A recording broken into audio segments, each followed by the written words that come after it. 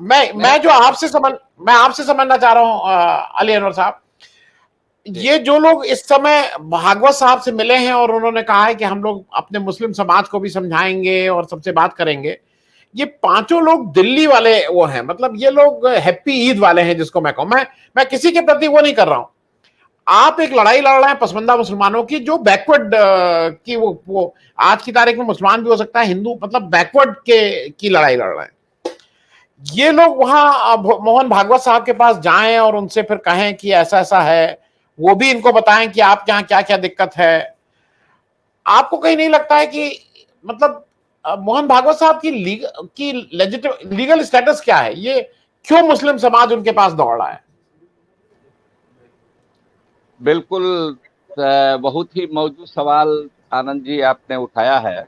और जो संदीप पांडे जी कह रहे हैं उससे हम पूरी तरह से एग्री करते हैं। ये सवाल जरूर है कि ये तो जो कहा जाए कि ये इंडिविजुअली तो कोई किसी से मिल सकता है। ये लोग रिटायर ब्यूरोक्रेट हैं, सीनियर ब्यूरोक्रेट हैं।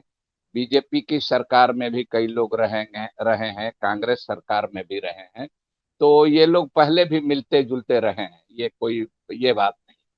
लेकिन हमारा एतराज ये है कि ये मुसलमानों के नुमाइंदा की तरफ से क्यों मिल रहे हैं और कैसे मिल सकते हैं।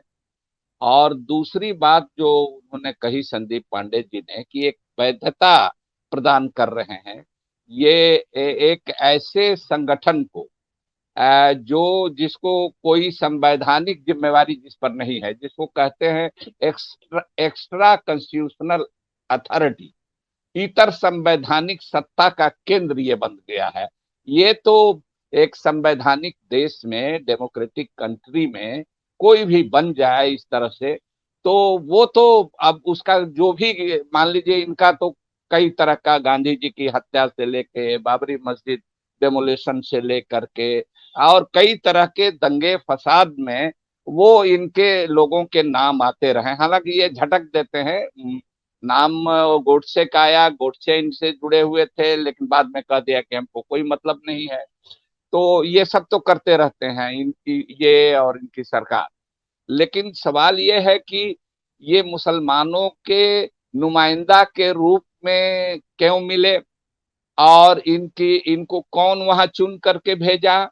और इंडिविजुअली गए, मिले, ठीक है, लेकिन इनके प्रयास से अगर ये लोग पहले भी मिलते रहे हैं, बाबरी मस्जिद डेमोलेशन के पहले भी कई लोग मिले हैं, ट्रिपल तलाक के पहले भी मिले हैं। नतीजा जो सामने है वो सबके सामने है। लेकिन क्या हुआ मिलने के बाद?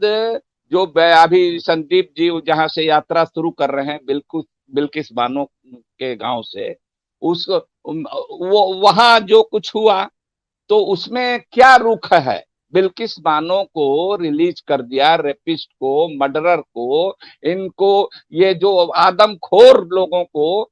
और उसके बारे में कोई सवाल पूछा क्या उनसे कि भाई क्यों? और फिर उनको कैसे सलाखों के पीछे ले जाया जाए, पूछा क्यों? क्यों पूछा कि नहीं? फिर उसके बाद, मिलने के बाद ये सब कई घटनाएं हुई हैं। अब आसाम में ये बुलडोज कर रहे हैं। अब खुद उत्तर प्रदेश, जहां आप संचालित कर रहे हैं ये चैनल, उत्तर प्रदेश में जो मदरसों को जो सर्वे के नाम पर जिस तरह से और हर मदरसे में ये टेररिस्ट खोजते हैं, देखते हैं, तो कार्रवाई क्या करते हैं क्या नहीं वो सबके सामने है। तो इनका ओनस क्या है भाई? किस हैसियत से ये मिल रहे हैं? हम लोग तो कम से कम पसमानदा मुसलमान इनको अपना नुमाइंदा नहीं मानते हैं। और हम लोग वो लोग हैं, भले उस समय पसमानदा नाम नहीं था, जिन्होंने जिन्ना को भी नहीं माना। और इसको लेकर के हम लोग इंडिया गेट तक पहुंच गए थे 1940 में कि जिन्ना हमारे नेता नहीं है। हम लोगों ने गांधी जी को भी कहा था, पंडित जवाहरलाल नेहरू को भी कहा था हमारे पुरखों ने कि ये मुसलमानों के नुमाइंदा कैसे बन गए, इनको हम रिजेक्ट करते हैं, खारिज करते हैं। तो ये लोग काबिल लोग हैं, ब्यूरोक्रेट हैं। कल को गए फिर बीजेपी गवर्नमेंट में भी रहे, कल भी कोई इनको असाइनमेंट मिल सकता है, लेकिन इनको एनआरसी को लेकर के इतना बड़ा हुआ, दिल्ली में दंगा हुआ, कहीं एनआरसी के आंदोलन के समय ये लोग गए? इन लोगों को और कहना चाहिए मोहन भागवत जी से कि आप चलिए, ये सब बंद कमरे में बात क्यों हो रही है, चलिए ये पब्लिक में चलिए, मीटिंग बुला करके सार्वजनिक रूप से मोहन भागवत जी ये लोग मिल के अपील करें कि भाई ये दंगा फसाद फसाद रोको, बुलडोज बुलडोज करना रोको। तो ये क्या कर रहे हैं, क्या इनकी जवाबदेही, संवैधानिक जवाबदेही है इनकी?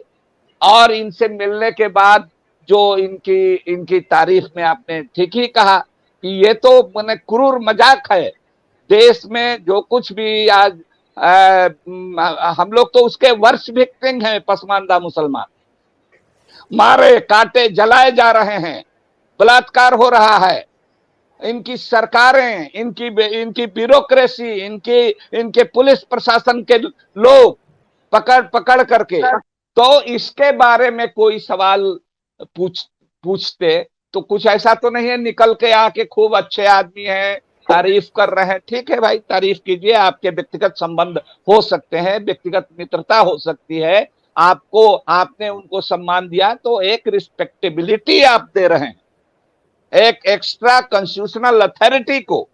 अगर आपकी यही हैसियत है तो प्रधानमंत्री जी से मिलते, आप होम मिनिस्टर से मिलते, उनसे पूछते, लेकिन आप जिनसे पूछ रहे हैं उनकी क्या जवाबदेही? कल ये कह देंगे कि हम हमारी क्या जवाबदेही संविधान के प्रति, पार्लियामेंट के प्रति, इनकी इस संगठन की या किसी इस तरह के संगठन की क्या जवाबदेही है? हमारा ये सवाल। जी बाकी जी जी जी, मैं फिर से आता हूं प्रबल। मैं आपके पास आने से पहले अली अनवर साहब से एक चीज जरा पूछ लूं, क्योंकि अली अनवर साहब, ये मुझे अजीब सा देख के लग रहा है, हमारे उत्तर प्रदेश के चीफ मिनिस्टर, अरे मिनिस्टर फॉर माइनॉरिटी वेलफेयर हैं धर्मपाल सिंह साहब। अब धर्मपाल सिंह साहब का आज का स्टेटमेंट है, मतलब पेपर में आज छपा है, वो कह रहे हैं कि हम लोग मदरसा के स्टूडेंट्स को अच्छा वो नागरिक बनाएंगे, पत्थरबाज नहीं बनाएंगे। वो पहले ही ये कह दिए कि ये सब पत्थरबाज है मदरसा में, उनको हम अच्छा नागरिक बनाएंगे। मतलब मुझे कभी कभी ये लगता है कि आप अगर बात करने कहीं जा रहे हैं ऐसी जगह पे, तो इस अपने आप ये कहिए ना कि आपके मंत्री कैसी बातें कर रहे हैं। और ये जो शमीम अहमद साहब, लाठी मारो मारो नहीं था, गोली मारो था। जो मंत्री जी कह रहे थे, लाठी मारने को नहीं कह रहे थे, गोली मारने को कह रहे थे। मैं अली अनवर साहब जरा थोड़ा आपसे ये भी समझना चाहूंगा कि ये तो कुछ भी कह रहे हो, धीरे धीरे पब्लिक भी मानती है। हाँ हाँ, वो जरा देखिए, ये सब पत्थरबाज बनते हैं, तो इसको भी तो कहीं बोलने की बात थी अली अनवर साहब।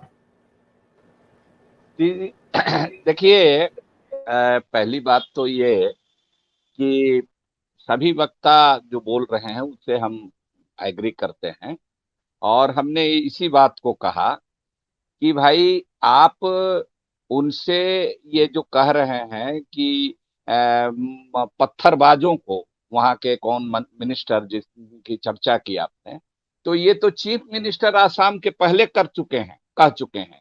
वहां जो मदरसों को बुलडोज किया गया उसके बारे में वहां के चीफ मिनिस्टर इसी तरह की बात बोल चुके हैं। वो तो टेररिस्ट, उससे भी बड़ी बात वो कह रहे हैं कि वहां टेररिस्ट पनाह लेते हैं, ये बात बोल चुके हैं। तो अब सवाल ये है, मूल बात इसमें ये है कि इन लोगों को समझना चाहिए जो लोग गए कि भाई ये लोग कुछ कहते कुछ और हैं, करते कुछ और हैं।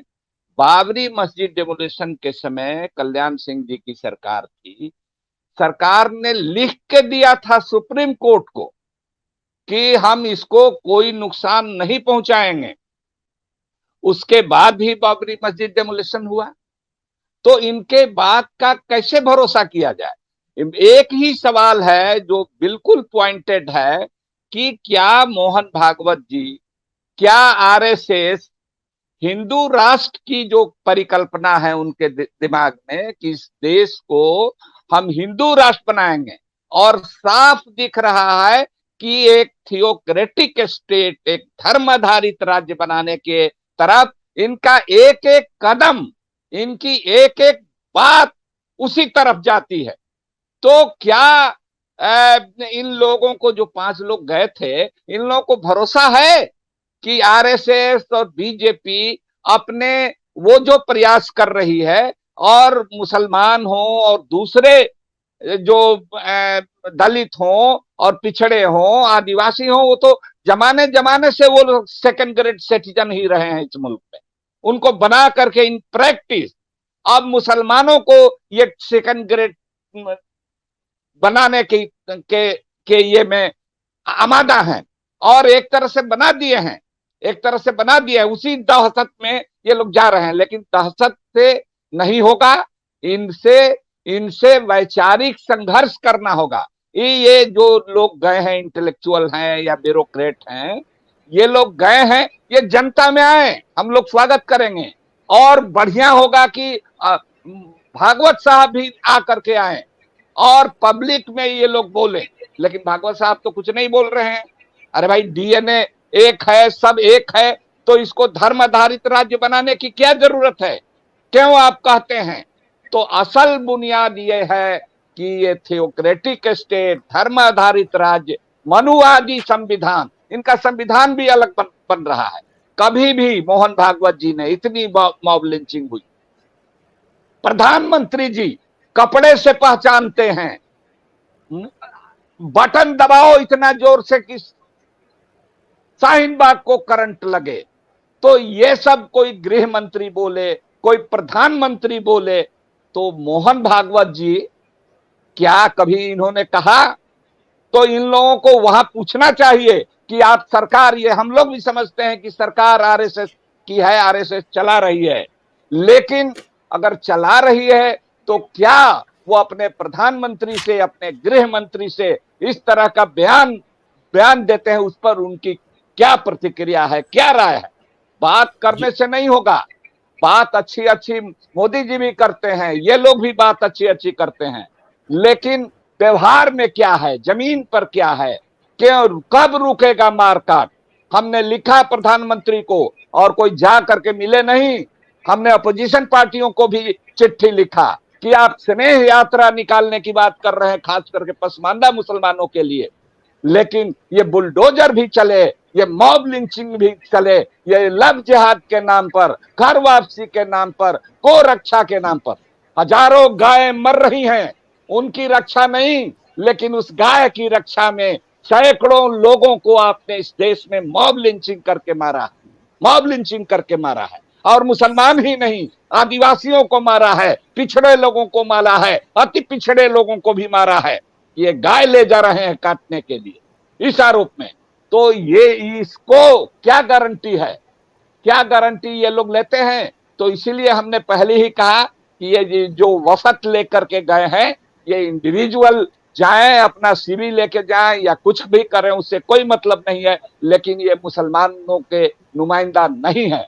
को आरएसएस जैसे हिंदुओं की नुमाइंदा उनको हम नहीं मानते हैं, उसी तरह से हम इनको मुसलमानों का नुमाइंदा नहीं मानते हैं। हमने सावरकर को भी नहीं माना था हिंदुओं का नुमाइंदा, और हमने आरएसएस को भी उस समय नहीं माना था, हिंदू महासभा को भी नहीं माना था, और मुस्लिम लीग को भी नहीं माना था। उस तरह की सोच के लोग हैं, और उस तरह की सोच के लोग ज्यादातर हिंदुस्तान में, हिंदू में भी हैं और मुसलमान में भी हैं। ये लोग दुकानदारी चला रहे हैं, ये लोग ठेकेदार, स्वयं भी ठेकेदार बन जाते हैं, हिंदुओं के ठेकेदार, ये कोई मुसलमानों के ठेकेदार। और दो खिड़की खुल जाएगी, गोदी मीडिया पर दो खिड़की खुल जाएगी, इसमें एगो में ये रहेंगे, वो में ये रहेंगे, हिंदू और मुस्लिम की बाइनरी में ये डिस्कशन चलाएंगे और इसी आधार पर गोलबंदी करेंगे। इनके सामने 2024 का चुनाव है, ये देख रहे हैं कि दलित में, पिछड़े में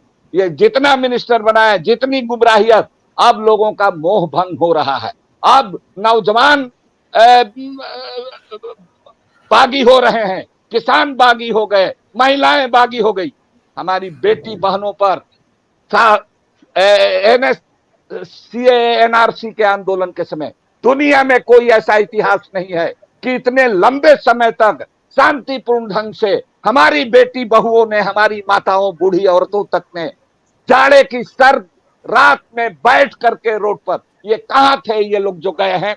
और क्यों नहीं सवाल, आज भी कई लड़कों को नाहक, चाहे खालिद हो चाहे और दूसरे लोग हों, जेलों में इन्होंने बंद करके रखा है। दिल्ली में दंगा हुआ, इनके लोगों ने दंगा कराया, उसके बारे में कुछ नहीं कहेंगे।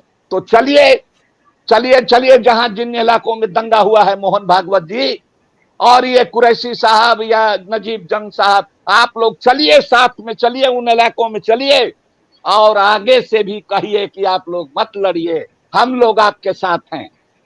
तो ये नहीं जनता में आए, जनता बंद कमरे में। इस तरह से पहले भी सैयद शहाबुद्दीन साहब भी मिलते थे, बाबरी मस्जिद का मुसलमानों का लीडर, स्वयंभू लीडर, नाम नेहाद लीडर बन गए थे। वो 500 साल का झगड़ा वहां लोकल झगड़ा था। ये बाबरी मस्जिद तहफुज के नाम पर मुसलमानों का लीडर बन जाते हैं और कोई हिंदुओं का लीडर बन जाता है। इसी में देश परेशान हो रहा है, देश मर रहा है। लोग ये क्यों नहीं उठाते हैं इन सब सवालों को, जनता के सवालों को, गरीब लोगों के सवालों को? कौन लोग मारे जाते हैं? बड़े लोग मुसलमान भी नहीं मारे जाते हैं। कुरैशी साहब जैसे लोग, नजीब जंग साहब जैसे लोग नहीं मारे जाते हैं। हम लोग जो फुटपाथ पर रहने वाले हैं, बीड़ी बनाने वाले हैं, ठेला चलाने वाले हैं, रिक्शा चलाने वाले हैं, कोई भी दंगा फसाद होता है, प्राकृतिक आपदा आती है या कोई कोरोना फैलता है, हम लोग मरते हैं, गरीब लोग मरते हैं, हिंदू भी मरता है, मुसलमान भी मरता है, सभी मजहब के लोग लड़ते हैं। ये लोग हिंदू और मुस्लिम बाइनरी में ये राजनीति, ये लोग दो खिड़की खुलवा करके, और ये लोग जो है लेजिटिमाइट कर रहे हैं उनको। वो कौन होते हैं भाई?